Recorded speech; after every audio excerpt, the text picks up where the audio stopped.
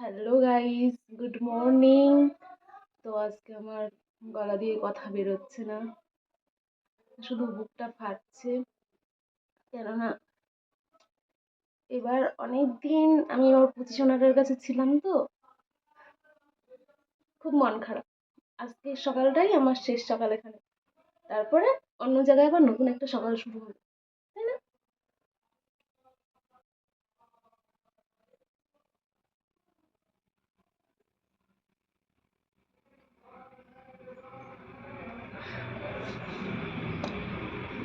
এটাই হলো মেয়েদের জীবন। একটু ইমোশনাল হয়ে গেছিলাম, ঠিক আছে। ব্যাগ ট্যাগ গোছাচ্ছি, সকালবেলায় চলে এসছে।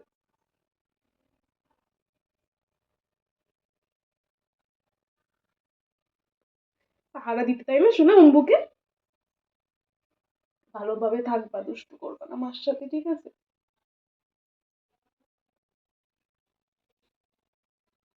একটু হাই করে দাও বন্ধুদের, বলো আমি দুষ্টু করবো না তো, বলো। লজ্জা পাচ্ছে। চলো, আমি ব্যাগ ট্যাগ গুলো গোছাই, বাড়ি যেতে হবে তো। চলো, আবার চলে আসবো 4 দিন বাদে, ঠিক আছে? দেখুন বন্ধুরা, আমার ব্যাগ ট্যাগ গোছানো কমপ্লিট। আজকে আমার একটুও ভিডিও করতে ভালো লাগছে না।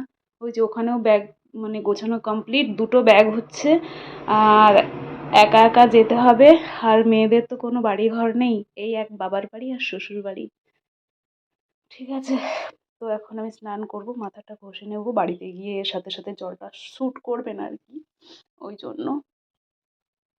ঠিক আছে, স্নান করে আসি। এতটা মনে হয় কষ্ট হতো না যদি সাথে সাথে এসে সাথে সাথে চলে যেতাম বাবার বাড়ির থেকে। তো এবারে আমি 2 মাসের ওপরে ছিলাম, তো সবার ওপরে মায়াটা বেশি জন্মে গেছে।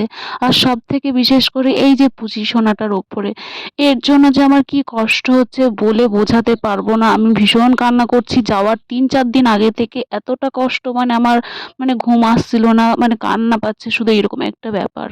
জানেন তো বন্ধুরা, আমার পুচি সোনাটা না অনেক ফুপিয়ে ফুপিয়ে কান্না করেছে ওর মার কোলে গিয়ে। তো ওকে আমি অনেক কষ্টে বুঝিয়েছি, কি বলেছি জানেন? ওকে আমি বলেছি আমি 4 দিনের জন্য শ্বশুরবাড়িতে যাচ্ছি, তারপরে আমি চলে আসবো তোমার কাছে। তো ও সেই কথা শুনে আনন্দে আছে একটু। আমি তো মিথ্যে বলেছি না, সেটা ও পরে বুঝতে পারবে আস্তে আস্তে। তো এরপরে আমি চলে এলাম খেতে। তো টেবিলে সবারই খাবার বেড়ে দিয়েছে। সবারই বলতে এখানে আমি, বৌদি আর মা। তো আমি যদি একা খেয়ে চলে আসি, আমার মা আর পরে খেতে বসবে না, আমি জানি সেটা।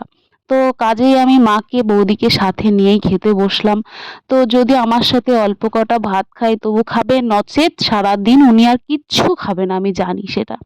তো আজকে মা রান্না করেছিল রুই মাছের ঝোল আর একটা সবজি তরকারি, আর একটা বাটিতে ছিল চিকেন। তো আমি চিকেনটা খাবো না, খেতে ইচ্ছা করছে না।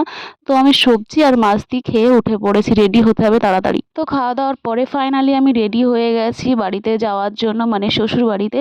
তো আমি সোয়েটার পরে নিয়েছি, অনেকটা লং রাস্তা, তো রাস্তায় ঠান্ডা লাগতে পারে, বাসে করে যাব।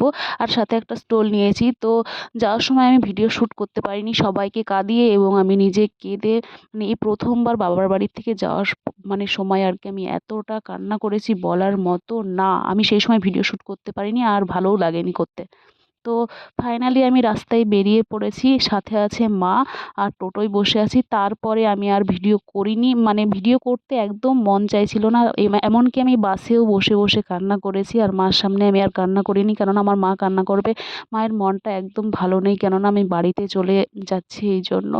আমার মা এবং বাড়ির সবারই খুবই মনটা খারাপ, শুধু খারাপই নয়, ওরা ভীষণ পরিমাণে কান্না করেছে। সেই মুহূর্তে যদি ভিডিওটা আমি শ্যুট করতাম হয়তো বা দেখাতে পারতাম, আর সেই মুহূর্তে আমি ভিডিও শ্যুট করার মতো পরিস্থিতিতে ছিলাম না, এতটা পরিমাণে কেঁদেছি। তো টাটা, বাই বাই, নেক্সট কোনো ভিডিওতে আবার দেখা হচ্ছে, সুস্থ থাকবেন।